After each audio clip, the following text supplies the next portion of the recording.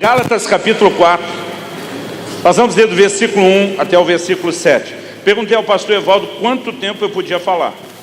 Ele me disse: olha, você tem todo o tempo do mundo. Quando é 10 horas o povo levanta, vai embora, mas você fica à vontade. Mas como eu não quero ficar sozinho, eu vou tentar não abusar muito. Mas como é minha primeira vez, eu quero usar aquele crédito de visita e também não fazer nada corrido demais. Eu sei que hoje já não é um dia regular, rotineiro de culto. Então, já que nós saímos na chuva, vamos se molhar de vez. Agora, se por acaso passar do horário que nós estamos imaginando e você precisar sair, eu não quero que você se constrange. Mas, se a gente sentir que Deus tem um pouquinho mais do que a gente planejou, eu também não vou querer abortar isso correndo.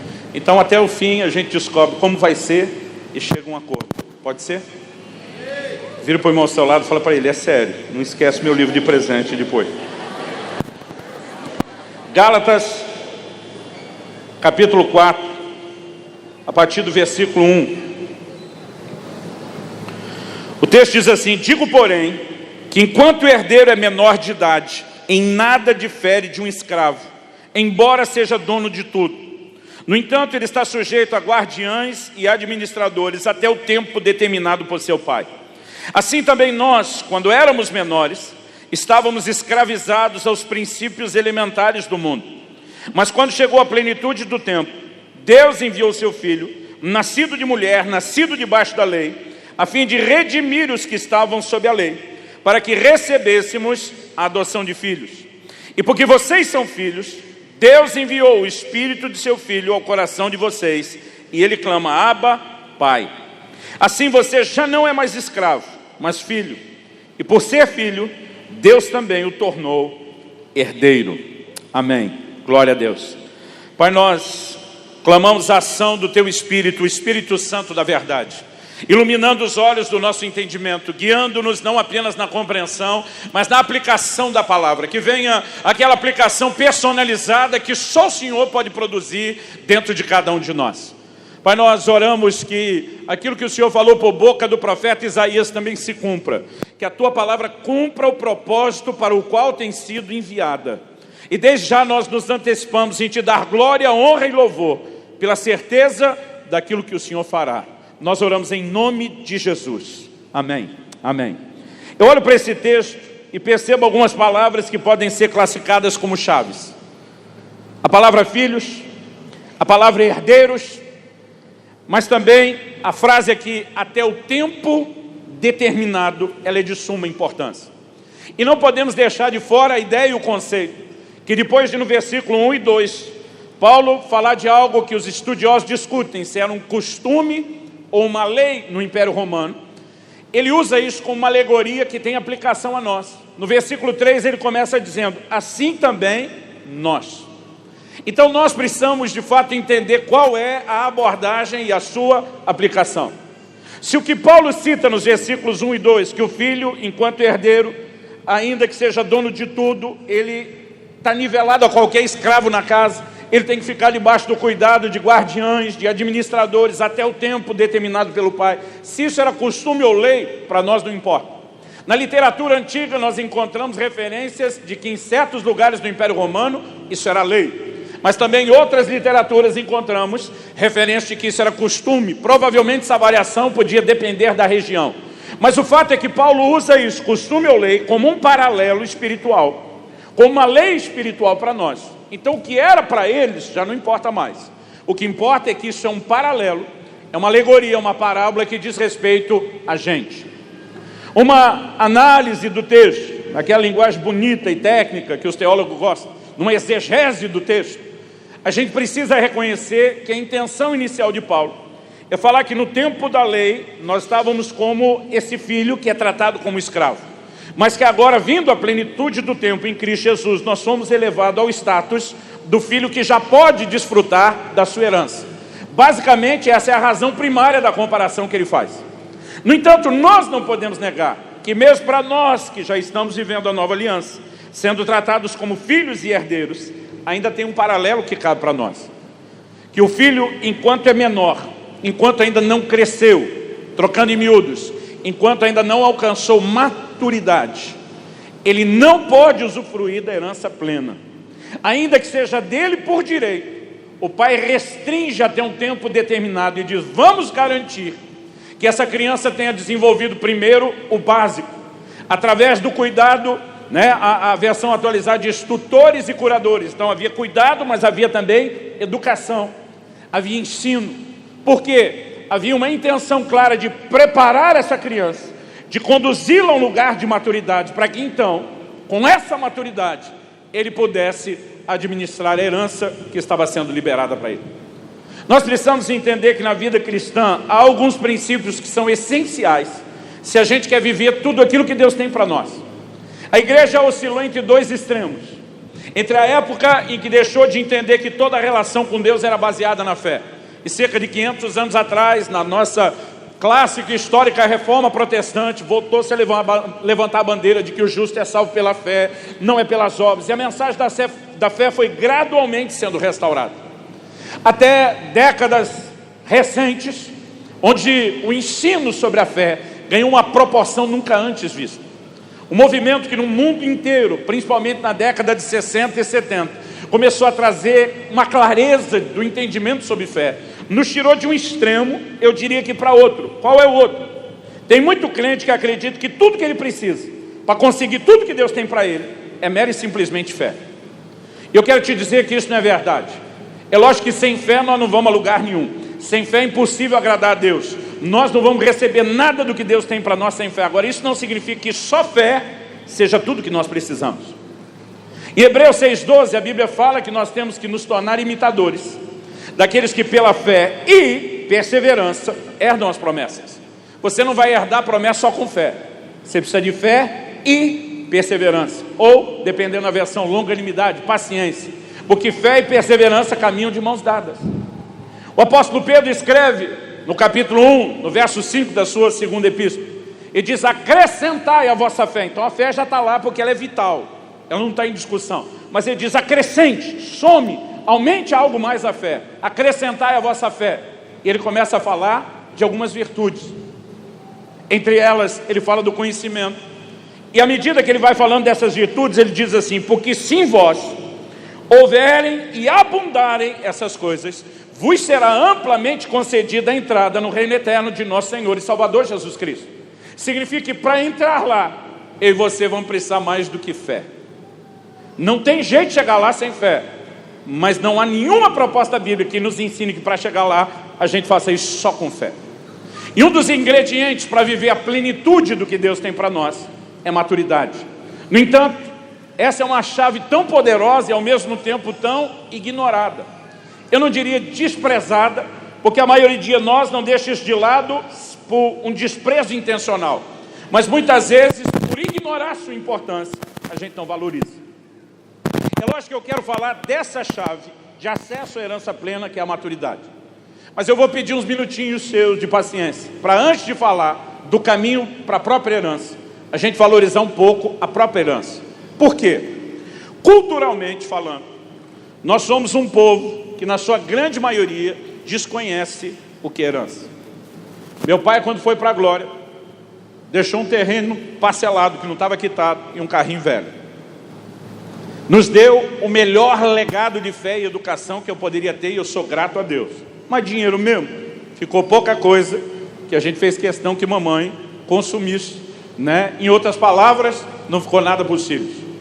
Eu sou um exemplo de muitos, de várias gerações, que desconhecem na prática o que é receber uma herança. Aquele grupo menor de nós, falando do brasileiro como um todo, que já recebeu uma herança, a grande maioria desse grupo menor nunca recebeu uma herança substancial. Outro dia um irmão veio falar comigo: puxa, pastor, tem umas pendências para resolver aí, uma partilha de uma herança. Eu falei: que problemão, hein? A maioria nem tem herança. Eu falei: pois é, mas eu vi que ele não estava animado. Eu falei: meu irmão, me ajuda a entender essa sua falta de empolgação. Ele falou: não, pastor, aqui o que vai ser partilhado é só uma casinha velha, que não vale muito. Eu falei: ainda assim, é um imóvel. Ele falou: pois é, para ser dividido por 25 familiares. Ele falou: eu não sei se o custo da partilha não vai ser maior do que a parte que a gente vai pegar. Em outras palavras, ele não tinha muita empolgação. Agora, ele está no grupo dos que receberam uma herança, mas nada substancial. São poucas as pessoas, ou o percentual daqueles que já receberam uma herança substancial. A maioria de nós olha para a herança como se fosse temática de filme. Aliás, daquela coisa bem utópica. Que quando você vê que alguém da noite para o dia descobriu uma herança que nem ele sabia e ficou milionário ou bilionário, a gente se entretém com aquilo, sente algum segundo de inveja, pensando o que nunca aconteceu comigo, e depois aquilo desaparece da nossa mente. Por causa dessa mentalidade, quando a gente está lendo a Bíblia, que está falando que nós somos herdeiros, essa expressão herança normalmente não nos provoca, não mexe conosco, porque herança não é um assunto que nos empolga, pela razão óbvia de que a maioria de nós nunca vivenciou isso.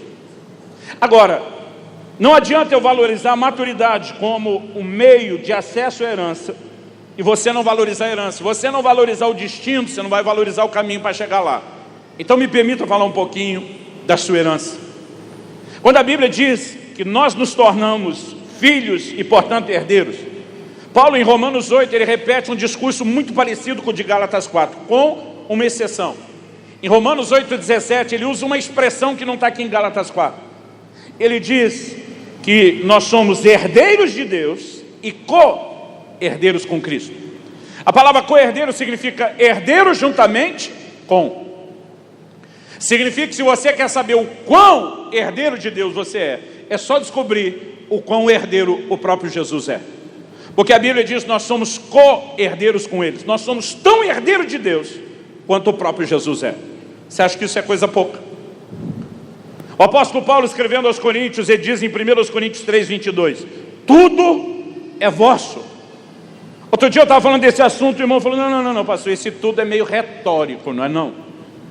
Eu falei, como assim? Não é uma linguagem literal. Eu falei, de onde você tirou que não? Olha o versículo todo. Ele diz, tudo é vosso, vós de Cristo e Cristo de Deus. Vamos fazer análise ao inverso. Cristo é um pouco ou totalmente Deus? Ele falou totalmente. Eu falei, nós somos um pouco ou totalmente de Cristo?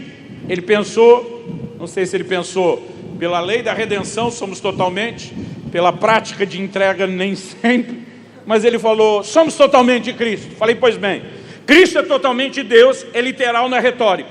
Nós somos totalmente de Cristo, é literal, não é retórico. Mas aí quando Deus diz, tudo é vosso, aí é literal e retórico. Eu falei, quer dizer que a sua incredulidade define que parte do versículo é literal e que parte não. Eu falei, meu amigo, quando está escrito tudo é vosso, é tudo mesmo. Aí outro falou para mim, não, pastor, mas tem assim o aspecto eterno da herança. Não vamos também confundir as coisas e achar que é tudo para já. Eu falei, ok, não dá para negar o aspecto eterno, mas em nome daquilo que é eterno, você anula completamente o que é terreno. Em 1 de João 3,2, a Bíblia diz assim, agora somos filhos de Deus, e ainda não é manifesto o que havemos de ser. A Bíblia diz, se somos filhos, somos herdeiros. A Bíblia diz, somos filhos agora, o que vem depois. João diz, não foi revelado ainda. Claramente vai ter um upgrade, uma atualização de status. Todo dia um irmão falou para mim, pastor, então nós vamos virar a quarta pessoa da Trindade. Eu falei, menos. Mas agora somos filhos, vem algo mais depois que não foi revelado. Irmão, eu vou esperar usar o direito dos filhos, só quando chegar o algo mais do que filho, e não agora, de jeito nenhum. Eu sou filho agora, eu sou herdeiro agora, e eu preciso entender isso. Agora, tem muita gente vivendo no que eu vi um pastor anos atrás, classificar de a teologia do cabrito. O que é isso? Lembra da parábola do filho pródigo? O irmão mais velho chega, aquela festa está rolando, ele está perturbado, ele não quer entrar. O pai sai conversar com ele, o que é que está pegando, meu filho? Aí ele diz, esse teu filho, que quando dá briga já não é mais o meu irmão, é o teu filho. Tipo, tem nada a ver comigo. Esse teu filho, que desperdiçou os bens, vivendo de forma dissoluta, o Senhor prepara para ele, boi cevado, churrascada. Eu que te servi todos esses anos, o Senhor nunca me deu um cabrito para eu festejar com os meus amigos. O pai olha com aquela cara de um bom paulista que diria, não estou entendendo. E diz, meu filho, tudo que é meu é teu. O que aquele pai estava dizendo? Todos esses rebanhos são teus. Você estava esperando eu te dar um cabrito. Todos os rebanhos são teus. Você podia ter pego cabrito a hora que quisesse. Podia ter feito quanto churrasco com os seus amigos você quisesse. Tudo já era teu. Que é a teologia do cabrito. É o crente aborrecido que Deus não dá um pouco do tudo que ele já deu há muito tempo. É gente que não entende o seu lugar, não entende a sua herança, não entende aquilo que pertence. E não usufrui porque não entende, mas ainda está aborrecido com Deus que fez ele herdeiro. Não é contraditório? Agora, um dos textos do Novo Testamento que mais me empolga sobre a minha herança é quando aquela mulher cirofenícia, cananeia, encontra com Jesus, Mateus capítulo 15. A Bíblia diz que o Senhor Jesus está passando e ela começa a gritar: Senhor, filho de Davi, tem misericórdia, minha filha está horrivelmente endemoniada. Só que a Bíblia diz, e Jesus não lhe respondeu palavra.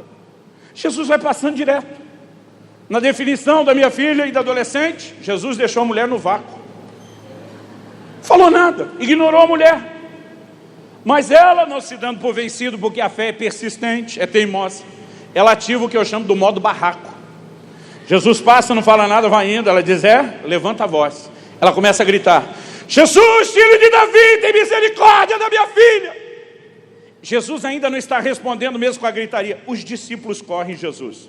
Eles eram aquela comissão que quase toda a igreja tem, sempre preocupada, né? A gente chama da comissão de relações públicas. Então eles rodeiam Jesus e dizem, Senhor, se não vai atender a mulher, dispensa ela. Em outras palavras, ou o Senhor atende o que ela está pedindo e não ignora, ou diz que não vai atender e manda embora para ela parar de gritar. Mas basicamente o que ele estava dizendo está pegando mal. O Senhor ignorar a mulher está pegando mal. Esse negócio de gritar, irmão, funciona há muito tempo. Meu irmão mais novo foi gerente de banco durante muitos anos. Ele falou, extraoficialmente, sem admitir, no treinamento nós recebemos, havia instruções, o cliente gritar mais alto na agência, atenda primeiro, que era aquele negócio de evitar o mal-estar do barulho. É para isso que a mulher apela. Enquanto ela está gritando e os discípulos cercam Jesus, ou atende ou dispensa, a mulher oportunista aproveita o momento, vem e se prostra. E é no momento que ela chega e insiste pela terceira vez, que Jesus diz, eu não fui enviado, senão as ovelhas perdidas da casa de Israel. Aí Jesus fala algo para a mulher que você precisa entender da forma correta. Ele diz, não é lícito tomar o pão dos filhos e dá-lo aos cachorrinhos.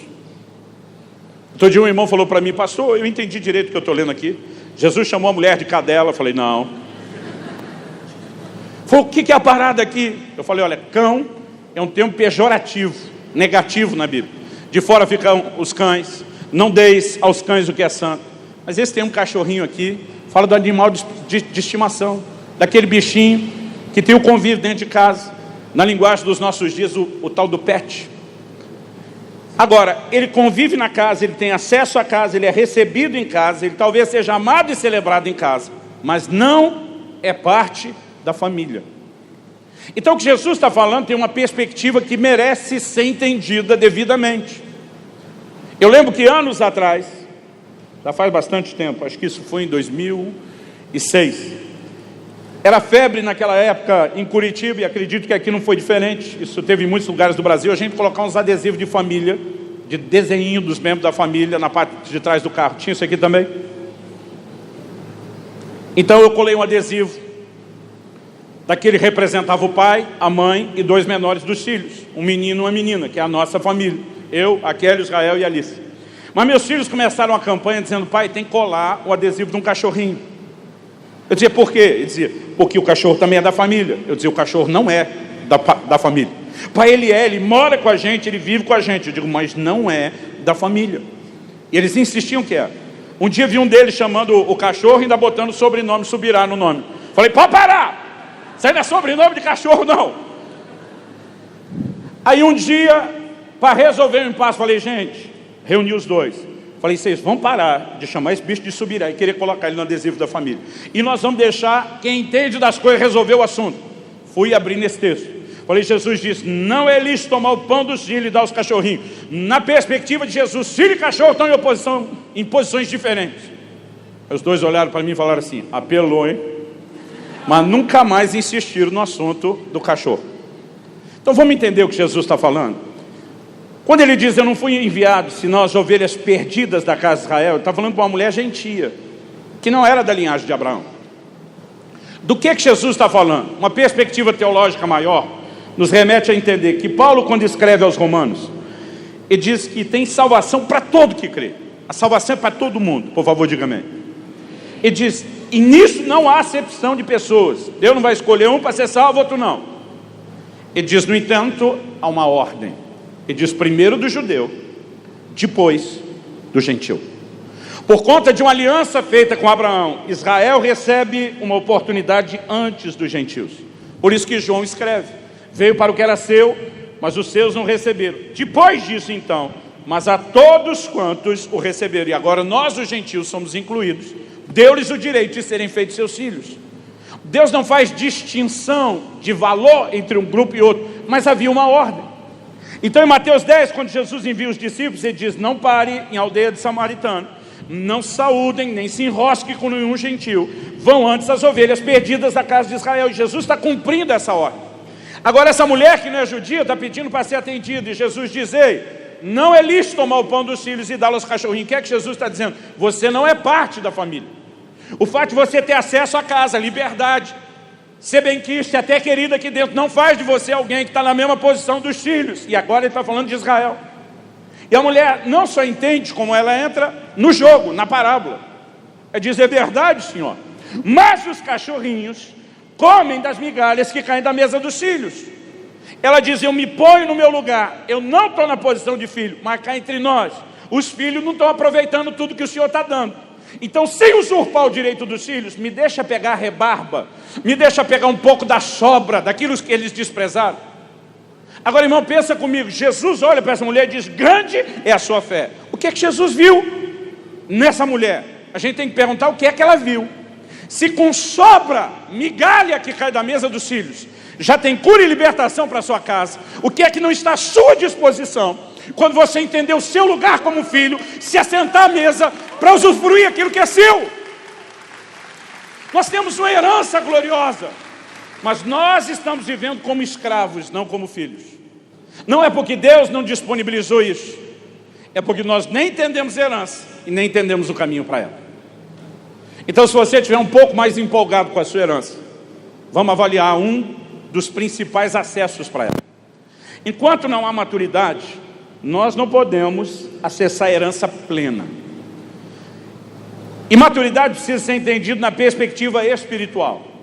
Às vezes você vê uma pessoa de 50 anos de idade vir à frente e entregar a vida a Jesus. Você olha para a casca, para a embalagem, e você está vendo alguém que tem vivência, tem conhecimento, tem maturidade, mas espiritualmente, que é a parte que você não enxerga, ele é um bebê recém-nascido. É assim que a Bíblia trata. 1 de Pedro 2,2. Como crianças recém-nascidas, desejai o puro leite espiritual, a fim de que vos seja dado crescimento para a salvação. Não é porque alguém converteu adulto naturalmente, que ele seja adulto espiritualmente. Essa pessoa é uma criança. E a Bíblia fala de estágios do crescimento espiritual, num verdadeiro paralelo e semelhança ao natural. Por exemplo, o apóstolo Paulo, ele usa a expressão para que não mais sejamos como meninos, mas alcancemos a perfeita varonilidade. A NVI traduziu isso como maturidade, o estado de homem feito. Ele está falando de espiritual. Você pode ser uma criança recém-nascida, um bebê, você pode ser um garoto, ou você pode ser adulto. João ainda fala de filhinhos, de jovens e de pais. Então nós colocaríamos aqui, depois do bebê e do menino, o garoto, nós ainda podemos colocar um jovem.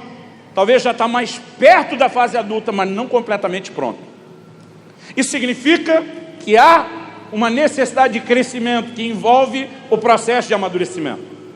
Agora a pergunta é, como se amadurece? Em primeiro lugar, não se amadurece sem tempo. Você pode repetir isso comigo? Diga, não há amadurecimento sem tempo.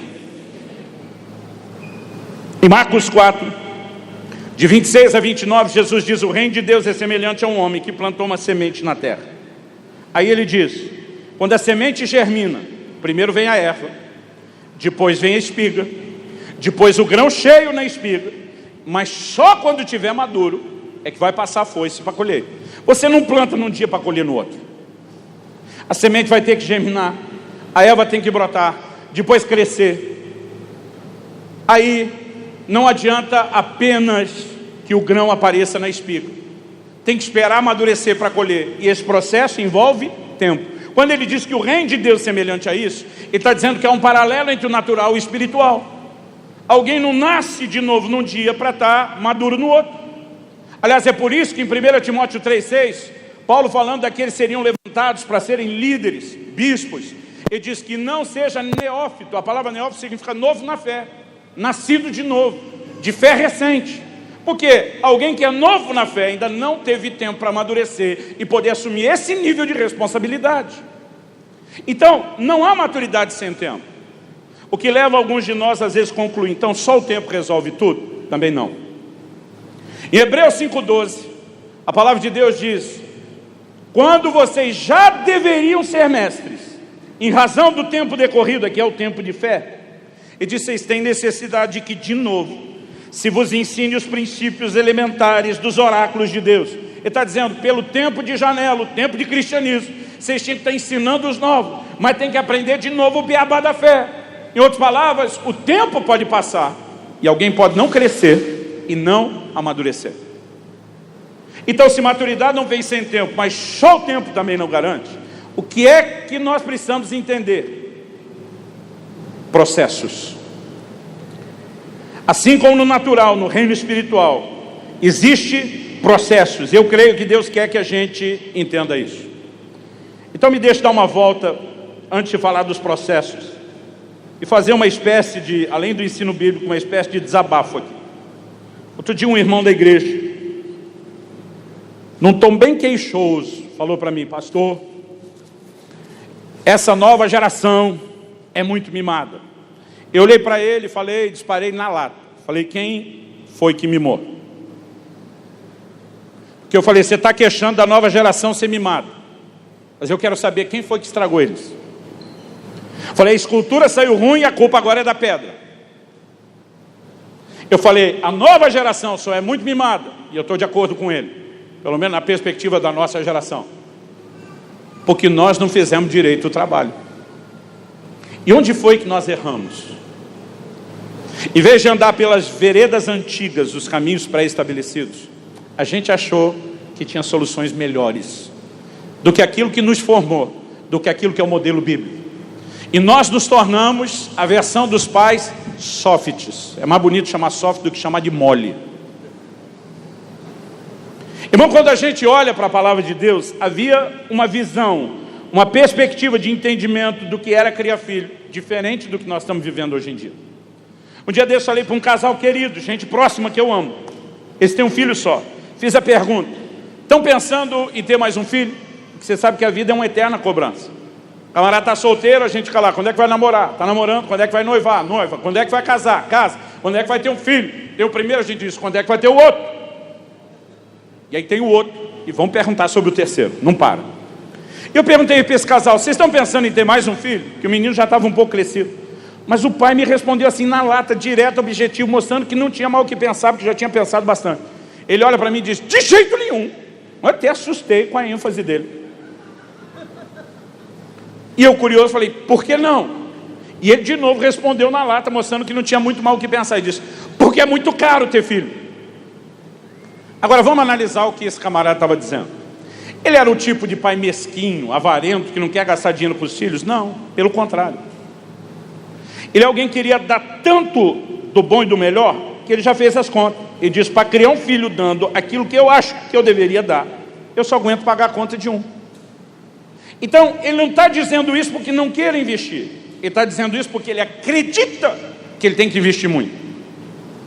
Então, pastor, onde é que está errada a coisa? Se é um pai interessado no melhor do filho, o problema é o que eu e você achamos que é melhor. Às vezes em divergência do que a Bíblia apresenta. Salmo 127 diz, falando dos filhos: bem-aventurado o homem que enche deles a sua aljava. Fala que os filhos são como flechas na mão de um valente. E diz: bem-aventurado o que enche a sua aljava deles. A Bíblia está dizendo que é benção ter muito filho. Você não é obrigado a ter, mas a Bíblia está apresentando uma visão positiva, não negativa.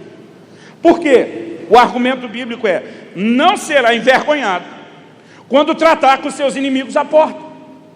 Na hora de defender a família, quando tinha qualquer treta com o vizinho ou alguém da sociedade, o camarada que vinha no portão com aquele monte de filho homem atrás, com cara de bad boy, estava com o assunto resolvido. Eles não pensavam na quantidade de ter filho como o que é que a família tem que fazer para o filho. Eles pensavam o que é que o filho vai fazer pela família. É uma ordem bem diferente. Nenhum pai pensava, não posso ter mais filho, porque senão vou ter que botar muita comida na mesa. Não, numa época em que eles tiravam o sustento da terra, da lavoura, ter mais filhos significava mais mão de obra. Ter mais filhos significava botar mais comida na mesa e não ter que colocar mais comida na mesa. Você consegue entender a diferença? Ah, pastor, mas nós estamos falando de um tempo muito antigo. Esses tempos da antiguidade da era bíblica. Irmão, eu sou parte de uma geração que não pensava diferente disso. Se você me acha velha guarda, você tinha que ter conhecido meu velho. Meus dois irmãos começaram a trabalhar aos 12 anos de idade. Eu sou do meio. O mais velho e o mais novo começaram aos 12. Foram ser pacoteiro de supermercado, carregar caixa, ralava o dia inteiro para ganhar meio salário mínimo. Eu não tinha essa classificação na época, mas a maneira como analiso isso depois, eu senti que eu tinha, assim, na verdade, uma mente empreendedora. Eu não queria ser empregado, eu queria ser patrão. E eu decidi que eu não seguiria o caminho dos meus irmãos, ralando o dia inteiro, sem nenhuma diversão para ganhar tão pouco. Eu decidi que eu ia ganhar dinheiro me divertindo. Então eu sou de uma época que ainda se soltava pipa. Que falava pipa ou não? Eu fazia umas pipas grandes, bonitas, e vendia para a turma do bairro do lado, que tinha mais dinheiro do que a turma do nosso. E não só vendia, eu fidelizava o cliente. Porque quando ele levantava a pipa que eu vendia, eu descia com a minha, usando na linha o cortante, ou cerol, não sei o que você chama aqui. E eu cortava a pipa que eu vendia e aparava, que é pegar ela pela rabiola e trazer para você. Aí eu refazia, arrumava a rabiola e vendia de novo, às vezes para o mesmo cliente. Então fidelizava. E às vezes ele levantava a segunda vez, eu cortava ele de novo, arrumava, vendia a terceira. Tudo dentro da lei, porque tinha lei. Acima do poste é guerra, para baixo do poste não pode. Eu sou de uma época que ainda se rodou peão e jogou bolinha de gude. Que chamava bolinha de gude, ô Fuberto? Eu rapelava os amigos na bolinha de gude. E depois que ele ficava sem nada, eu dizia, ó, em vez de comprar nova, eu te vendo as suas pela metade do preço. Depois eu rapelava ele de novo para vender de novo. Irmão, eu só ganhava dinheiro me divertindo. E eu me orgulhava do fato de que eu não ralava que nem meus irmãos, que eu me divertia e ganhava mais dinheiro que eles. Mas um dia, aos 14 anos de idade, eu entro na sala de casa e papai está conversando com o Orlando, um amigo da família. E quando eu passo, oi, tudo bom? E meu pai diz, ei, volta aqui. Cumprimento direito seu chefe, rapaz. Eu falei, meu o quê? Ele falou, seu chefe. Eu falei, não estou entendendo. Ele falou, acabei de te arrumar um emprego, você começa amanhã. Eu falei, pai, quanto eu vou ganhar? Ele falou, não interessa. Eu falei, como não interessa? O senhor sabe que eu estou ganhando mais que meus irmãos me divertindo. Ele falou, e no momento esse é o problema. E diz, trabalho não diz respeito só a ganhar dinheiro, mas formar o caráter de um homem que você não tem noção ainda do que seja. Você tem que aprender a ter horário, você tem que aprender a ter disciplina, você tem que aprender a prestar conta de você, responder a um superior. Isso é parte de um treinamento para a vida, não diz respeito só a ter salário. Ele diz, você começa a trabalhar amanhã. Eu sou de uma época que não se discutia com o pai. Ele diz, e tem mais, de hoje em diante, recebeu o salário, tira o dízimo, que é a parte de Deus, você vai ficar só com tanto, e o resto vai ajudar em casa. Aí eu fiquei indignado, falei, o senhor não precisa. Ele falou, não sou eu que preciso do dinheiro, é você que precisa aprender que filho não é um bicho parasita, sanguessuga, que vive para arrancar tudo que a família produz. É alguém que depois de uma idade tem que acrescentar a família e não só viver sugando ela. Quem está entendendo? Agora nós somos parte de uma geração que achou que os pais jogavam duro. E a gente diz, filho meu não vai puxar carroça como eu puxei. E a gente começou a aliviar a barra para todos eles. Não tem que trabalhar tão cedo, vai estudar. E na hora vaga, ficar jogando videogame. Não criam responsabilidade, não desenvolvem caráter, não têm limites, não sabem aceitar não sabem esperar a hora certa. E nós não percebemos uma geração que está crescendo deformada. Isso é altamente preocupante. Por quê? Porque Deus nos trata como um pai deveria tratar os filhos. Ele não te trata como seu pai te tratou.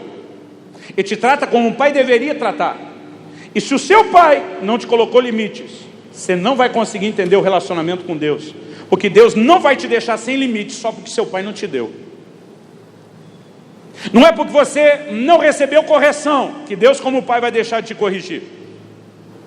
Ele mesmo diz na sua palavra que o pai corrige o filho a quem ama. Por que eu estou dizendo isso, cara? Nós temos uma nova geração que tem vivenciado pouco os processos. Não entende responsabilidade. Não entende um monte de verdades básicas, porque nós aliviamos demais a barra. Então sim, quando o homem está reclamando que a geração é muito mimada, eu pergunto para ele, quem foi que mimou? Porque eu decidi não seguir o mesmo caminho.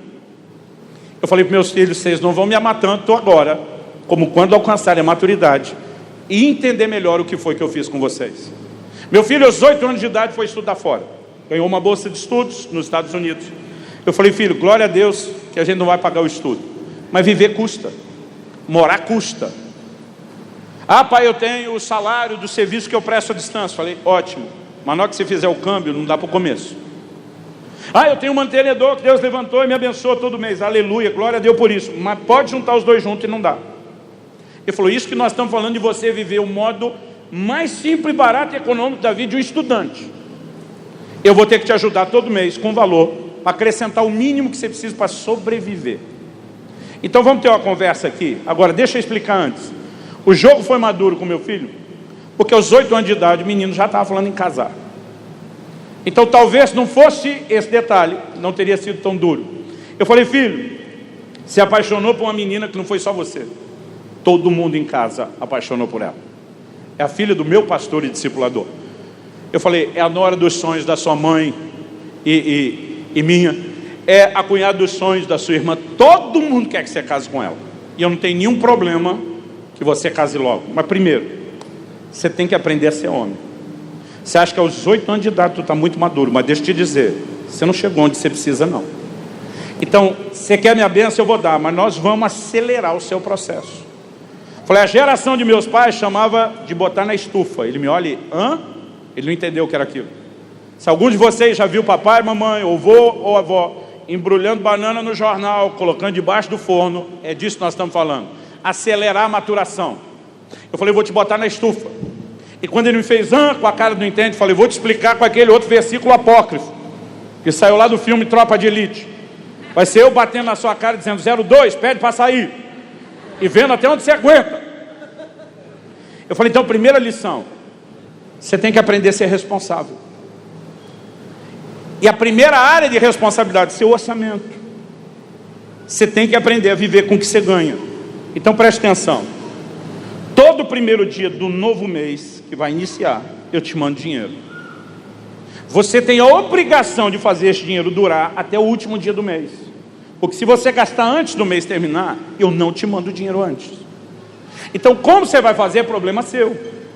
Você pode pegar e dizer, bom, depois de pagar a despesa fixa, sobrou isso para comer. Dividido por 30 é a cota do dia, e todo dia você come a mesma cota. Ou de repente você diz, não, vou segurar a onda 4 dias e no quinto eu lavo a alma. Falei, você decide como é que você faz. Só não me ligue antes do mês terminar pedindo dinheiro.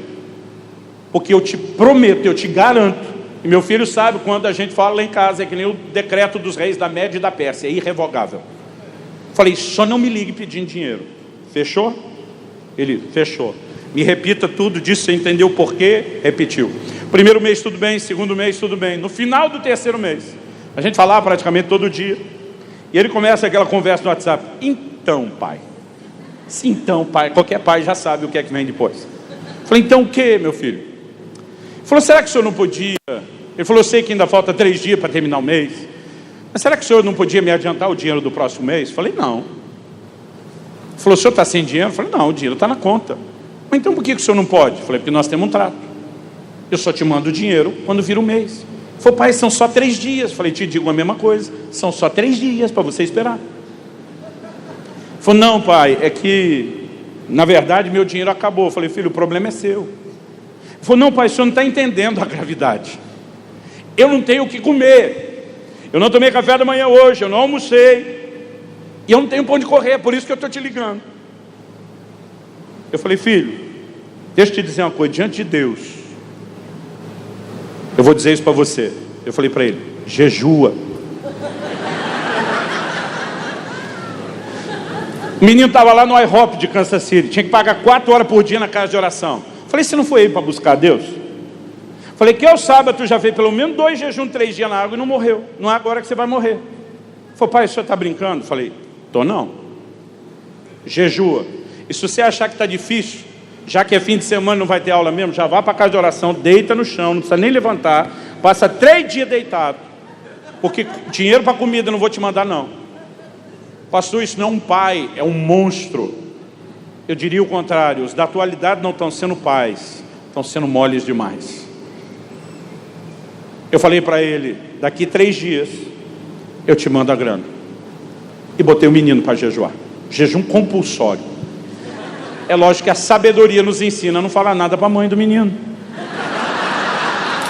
Esperei passar os 3 dias.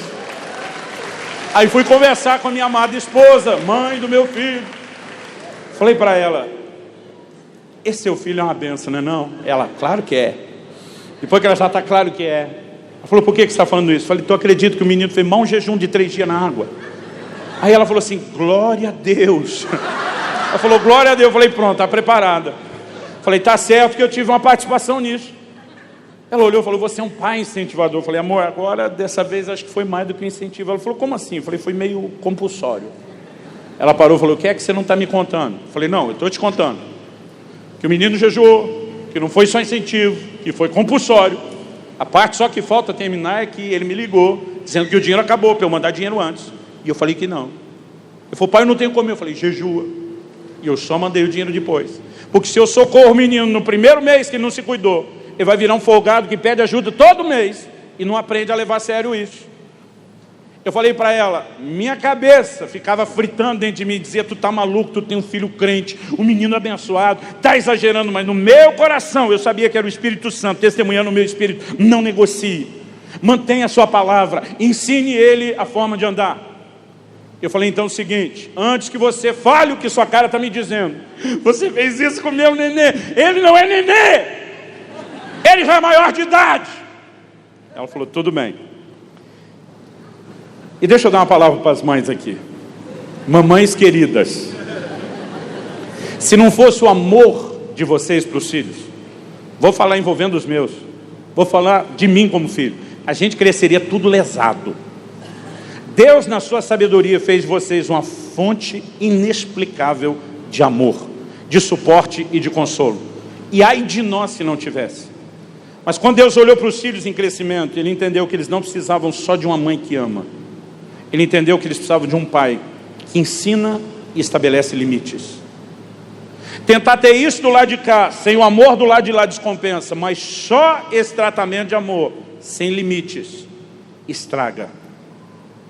Então deixa eu dizer algo, nós precisamos entender a importância dos dois. Falei, amor, você confia em mim? O marido que eu tenho sido, o pai que eu tenho sido para meus filhos, o homem de Deus que eu sou. Ela falou, nisso eu confio. Falei, então espere. Porque a palavra que Deus me deu é que eu tenho que acelerar um processo com meu filho e que não vai demorar para ele me agradecer o que eu estou fazendo. Um tempo depois liguei para ele e falei, filho, você já aprendeu a lição da responsabilidade? Não aprendeu? Ele falou, aprendi. Eu falei, mas se alguma vez você controlou o orçamento e teve um imprevisto, ele falou, aí posso te ligar? Eu falei, também não. Falei, a próxima lição que você tem que aprender é fé. Quantos milagres de provisão você viu dentro de casa enquanto crescia? Ele falou, muitos, meu pai. Eu falei, pois é, está na hora de você descobrir o seu Deus e não o Deus do seu pai. Está na hora de você entender e viver aquilo que Deus pode fazer por você.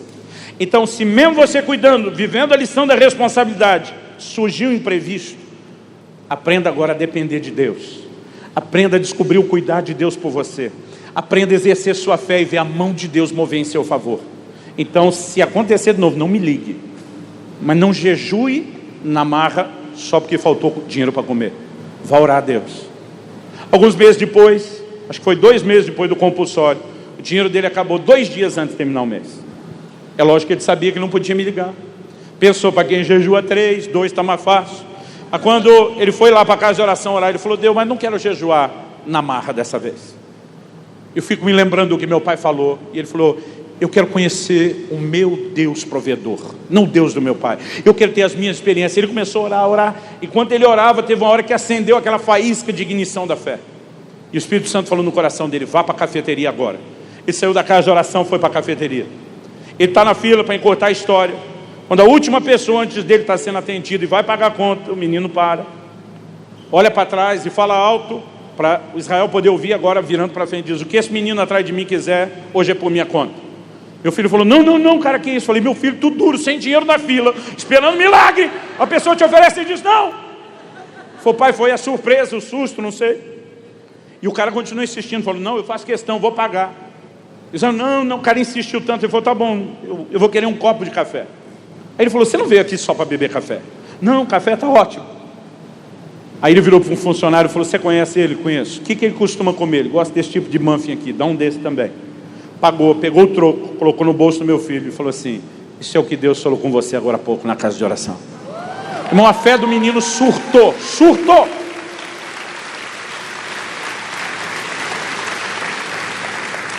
Em um ano que ele ficou em Kansas, antes de mudar para o estado onde ele está, ele teve pelo menos 3 experiências dessa na fila de última hora. Ele começou a viver milagres de provisão.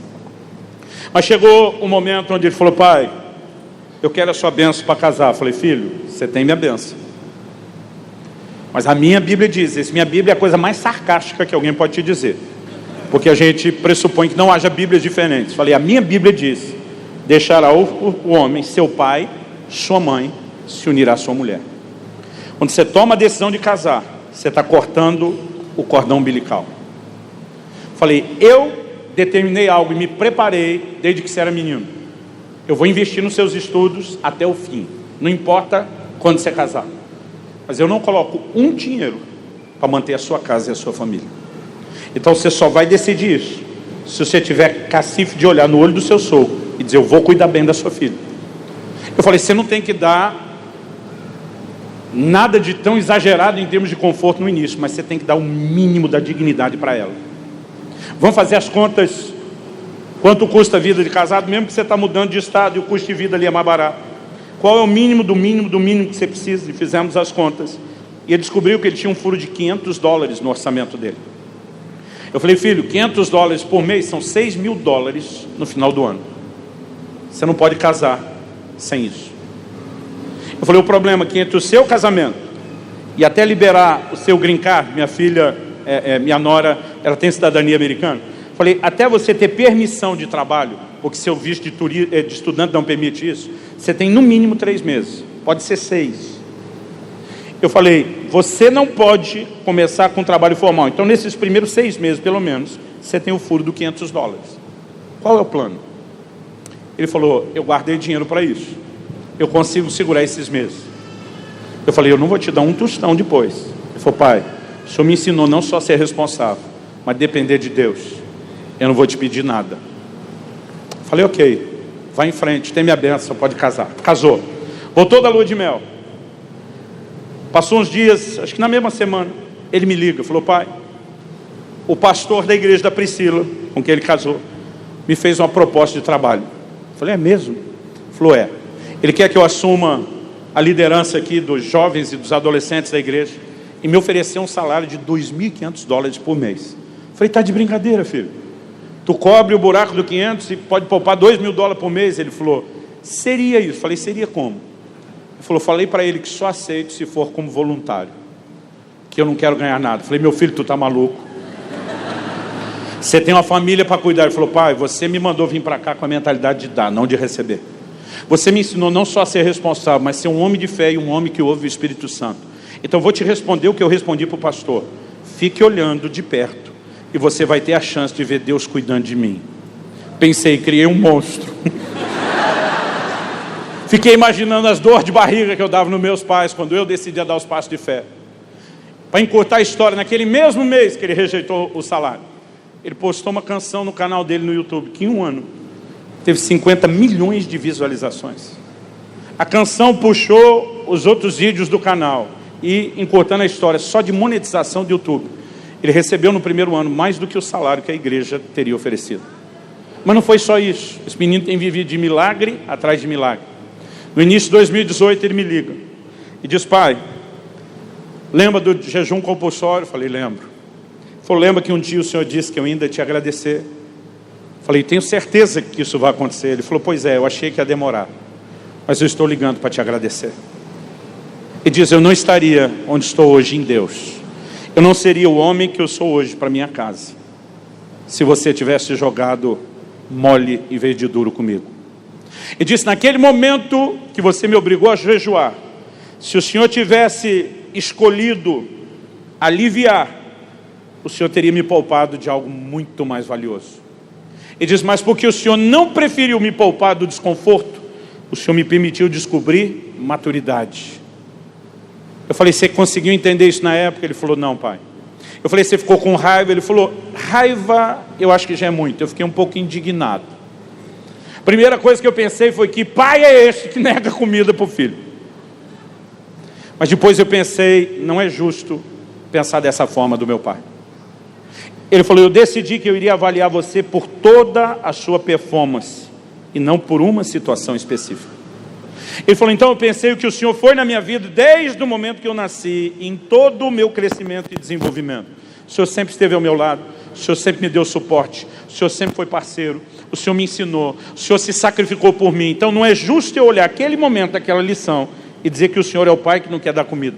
Falei: até porque quem comeu a comida antes do meio terminar foi você, não fui eu. Ele falou: pois é. Ele falou: então eu decidi dar o voto de confiança no seu histórico, pensando, ainda que eu não entenda o que eu estou passando agora, meu pai é alguém digno de confiança. E se ele está dizendo que em outro momento eu vou entender, eu vou confiar nele e vou esperar que o momento chegue. Ele falou: pai, estou ligando para te agradecer.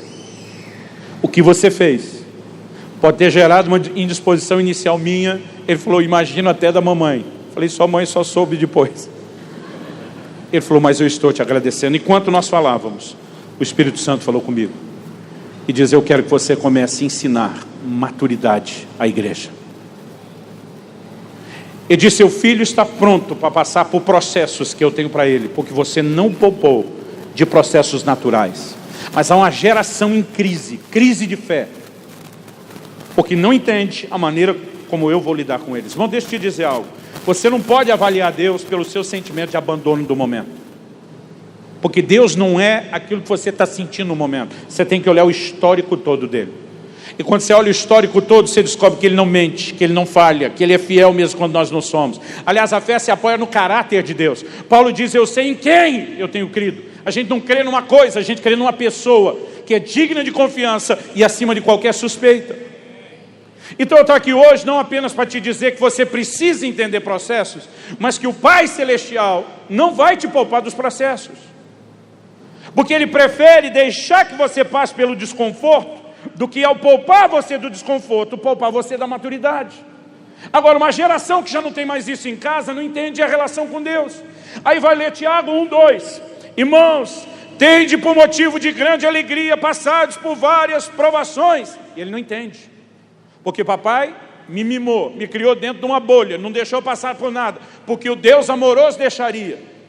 E o filtro para entender Deus foi comprometido por uma experiência errada de criação. Não tem jeito de voltar lá e recriar nenhum de nós, já aconteceu. Mas se a gente não enxergar aonde estão os erros que aconteceram, nós não vamos conseguir acertar a relação com Deus. Maturidade requer processo, e Deus te ama tanto, a ponto de olhar e dizer: porque eu quero a sua versão integral e completa, eu não vou te poupar de desconfortos momentâneos, para que você no final possa ser muito mais do que aquilo que é agora. Eu já tive momentos no ministério que você não tem noção do que eu passei. Me lembro de momentos que Deus me mandou vender tudo que tinha, investir no reino e trabalhar sem salário, levar uma família para cuidar. Pensa num Deus que me esticou ao extremo. E se você me perguntar hoje: pastor, se pudesse voltar no tempo, escolher passar ou não passar por isso de novo, o que o senhor faria? Eu digo para as pessoas: eu passaria tudo de novo. Porque quando ele me poupou do desconforto, quando ele não me poupou do conforto que eu gostaria, me colocou no desconforto que eu não queria, ele estava me preparando para o crescimento.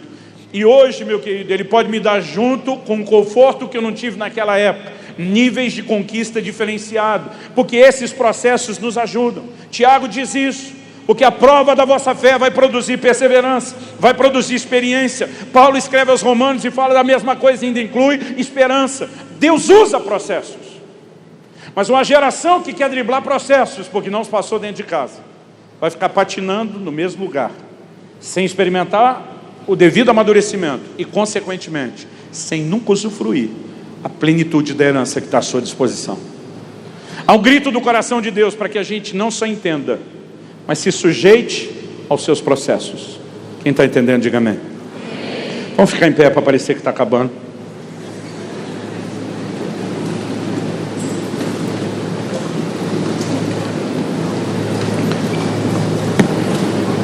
Eu gostaria de orar com vocês.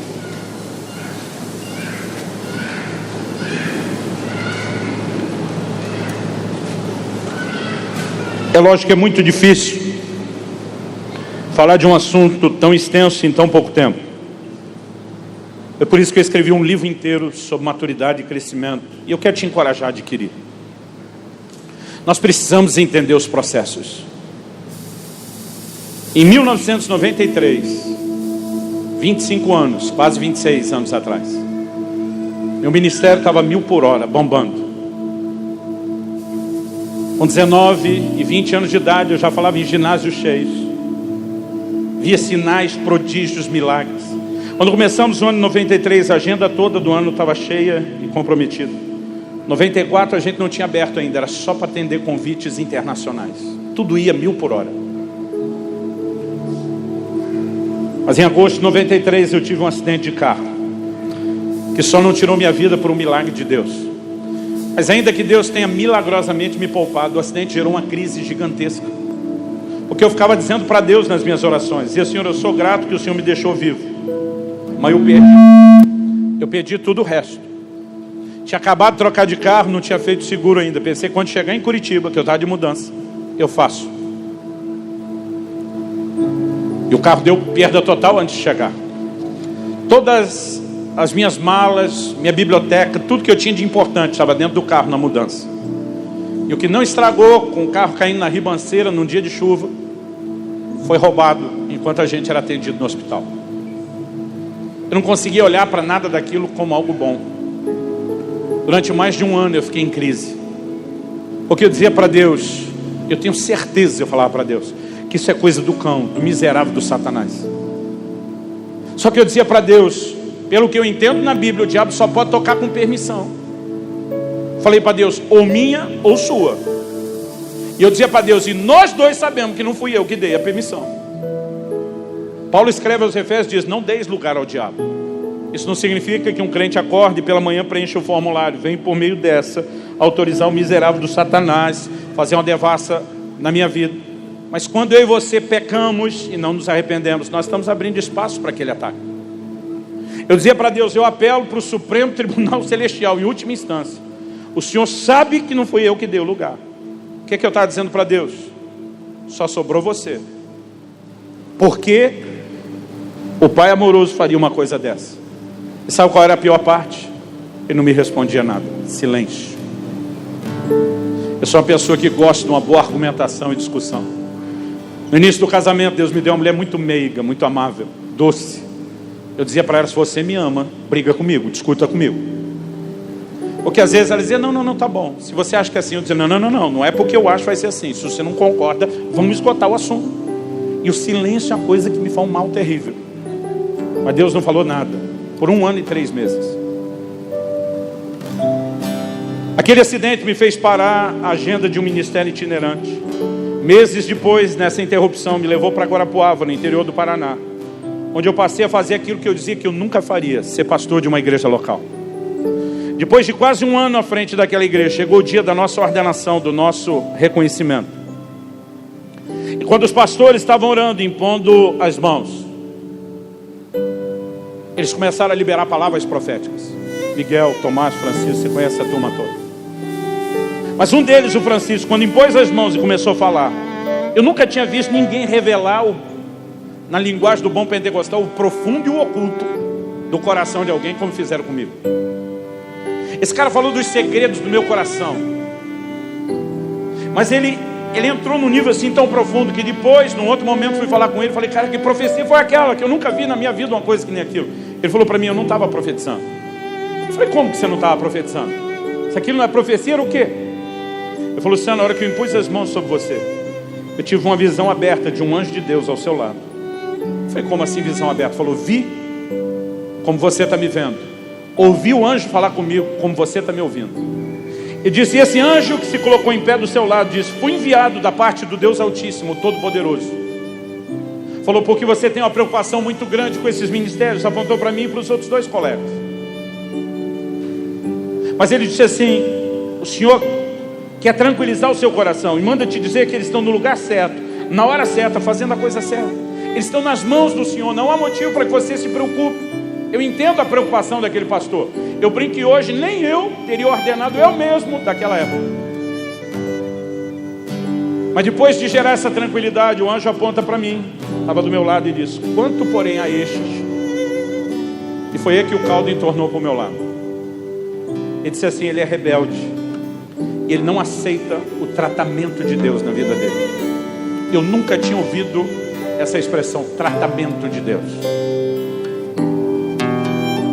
O anjo aponta para mim e diz assim ao pastor Francisco: diga para ele que o acidente de carro que ele teve no ano passado foi, como de fato ele diz nas orações dele, uma tentativa de Satanás de destruí-lo. Mas diga para ele por que Deus permitiu.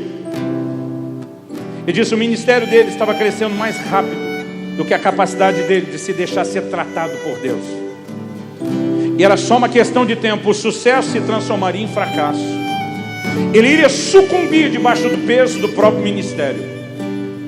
O anjo disse: o diabo queria pará-lo porque o via como uma ameaça. Deus precisava pará-lo para não perdê-lo. E nos próximos anos o Senhor vai tratar profundamente com ele nessa cidade, antes que chegue a hora de liberá-lo para voltar a viajar novamente, não apenas o Brasil, mas as nações. Hoje, 25 anos de pastorado depois, quase 26 anos depois do acidente, eu vou te dizer, comecei a amadurecer. Você sabe por que o filho pródigo da parábola desperdiçou todos os bens? Porque não tinha maturidade. Outro dia um irmão me procurou, falou: pastor, estava lendo um artigo, falou: estatística no mundo inteiro, inclusive nos países de primeiro mundo, 90 e tantos % das pessoas que recebem uma herança milionária vão dissolver o patrimônio em menos de 2 anos, vão acabar com tudo. Ele olha para mim e falou: essa é a maior prova de que o dinheiro é amaldiçoado. Eu falei: irmão, eu não vou dizer que não existe o aspecto espiritual, mas falei: nesse momento vou tirar essa ênfase. Falei: você sabia que a maior parte dos herdeiros de fortunas, de heranças milionárias, também vão dissipar o patrimônio todo da família em poucos anos? Ele falou: não. Falei: é uma estatística parecida. E aqui não tem nada de espiritualmente falando errado. O problema é gente que não tem estrutura e condição de administrar algo maior do que parou na sua mão. Foi o que aconteceu com o filho pródigo. É por isso que no reino espiritual Deus está olhando para alguns de nós dizendo: você pode ser herdeiro de muita coisa, mas não dá para eu colocar muita coisa na sua mão, porque senão você vai bagunçar com tudo. Mas esse Deus não está impedindo a gente de ter acesso à herança. Ele está colocando uma exigência que primeiro a gente amadureça, para que depois a gente nem desperdice a herança e nem se arrebente no meio do caminho. Você consegue entender a diferença? Esse Deus está olhando para mim e para você dizendo: eu quero que vocês cresçam. Eu vou fazer tudo que estiver no meu poder e no meu alcance para que vocês cresçam. Mas vocês têm que se sujeitar aos processos. Enquanto fazem isso, tem que confiar em mim. Foi gostoso ouvir meu filho dizendo: pai, eu decidi te dar o voto de confiança. Eu sabia que chegaria o dia em que eu conseguiria entender o que o Senhor fez. E nessa hora Deus me fez lembrar de eu tomando a mesma decisão. Eu não entendo esses processos todos, mas eu decido confiar que Ele sabe o que faz, que Ele está no controle. E que vai chegar o dia onde eu não apenas vou entender, mas eu vou ser grato a Ele. E se eu pudesse voltar numa máquina do tempo lá atrás, escolher passar ou não passar de novo tudo que eu passei, eu passaria tudo de novo. Mas hoje é fácil falar isso para você. Na época não. E há muitas pessoas aqui hoje que estão sentindo, tomando emprestada a palavra dos médicos, as dores do crescimento. Deus está te esticando em algumas circunstâncias que estão sendo difíceis, especialmente se você é um filho que foi muito poupado de processos. Sua dor agora deve estar sendo maior do que a dor de quem não foi poupado de processos. Mas esse Deus que te ama tanto, a ponto de dizer: eu não vou te poupar do desconforto, porque eu não quero te impedir de ter a plenitude. Ele não apenas quer que você entenda essas coisas, Ele não apenas quer que você confie nele, Mas Ele tem bálsamo para derramar sobre o seu coração e a sua alma hoje. E eu não quero que a gente termine antes de orar. Eu creio que você consegue perceber a presença de Deus nesse lugar. A doçura com que o Espírito Santo se move nesse lugar. É o amor do seu Pai querido, dizendo: eu não quero que você desfaleça no meio do processo. Então, onde você estiver, eu não vou chamar ninguém à frente, porque eu não estou falando isso para alguns. Nós estamos falando para uma larga escala de gente aqui, em níveis diferentes. Eu quero que enquanto os músicos ministram, você ore. Não cante, ore. Eu quero que você fale com Deus e permita Deus falar o seu coração. Eu quero que você creia que você está num ambiente não só de encorajamento emocional, mas de conforto sobrenatural. A Bíblia não manda isso em nenhum lugar, mas de preferência eu pediria que você ficasse de olhos fechados, que nada te distraia. Começa a falar com Deus. Eu pedi para você ficar em pé, mas faz isso como você achar melhor. Em pé, sentado, de joelho, em voz alta, em voz baixa, como você achar melhor. Coloca seu coração diante de Deus. Enquanto você faz sua oração, do seu jeito, com as suas palavras, eu quero orar por você, mas você não precisa nem ouvir a minha, faça a sua. Espírito Santo, agora é contigo e somente contigo. Eu tentei compartilhar aquilo que o Senhor me orientou da melhor forma possível. Mas se o Senhor não vivificar essa palavra, terá sido só um discurso, só uma palestra. E nós precisamos de mais, muito mais do que isso.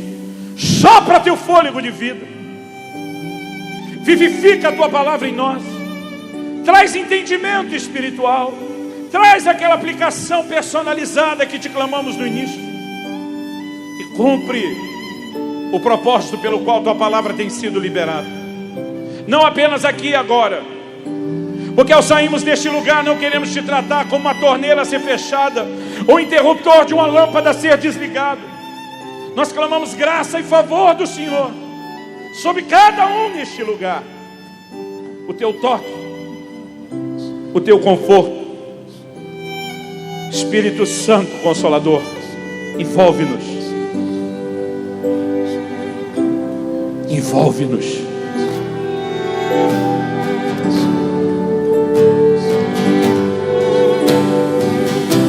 Carrega essa dor que tem oprimido a alma dos meus irmãos. Traz o alívio e conforto que só o Senhor pode fazer. Não apenas um novo entendimento e uma nova postura de fé, mas um toque da tua graça. Nós clamamos no nome de Jesus.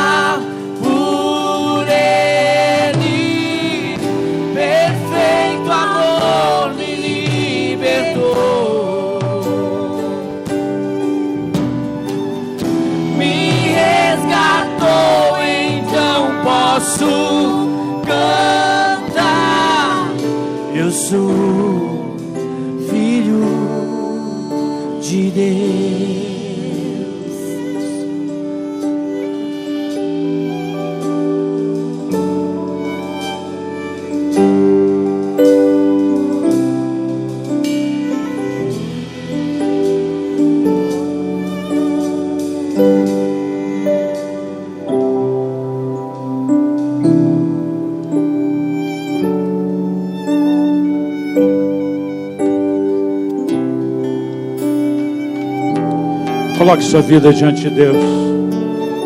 Pedro diz que nós temos que desejar o genuíno leite a fim de crescer. Crescimento é algo que se aspira, é algo que se busca, é algo que envolve nossa responsabilidade. Na segunda epístola, Pedro escreve e diz: antes crescei na graça e no conhecimento. Esse imperativo joga sobre nós a responsabilidade de correr atrás disso, de entender que há mudanças de comportamento. Paulo diz: quando eu era menino, falava, agia, pensava como menino, mas agora que cheguei a ser homem, deixei as coisas de menino. Mas envolve, como foi dito, sujeitar-se aos processos que vão mudar a nossa condição de crianças para gente adulta, homens e mulheres feitos, completos.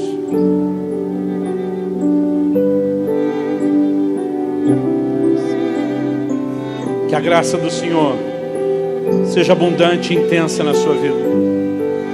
Que a liderança do Espírito Santo e a compreensão da palavra de Deus possam convergir juntos, te conduzindo nesse trilho de maturidade e crescimento. E que dessa forma você possa usufruir a plenitude da sua herança, em nome de Jesus. Se você crê, concorde, diga amém. Se você recebe essa palavra, diga: eu recebo em nome de Jesus. Foi um prazer servi-los da mesa do Senhor, do pão sagrado da palavra. Pastor, alguém tem que tomar esse microfone de mim e terminar. Que Deus abençoe ricamente sua vida em nome de Jesus.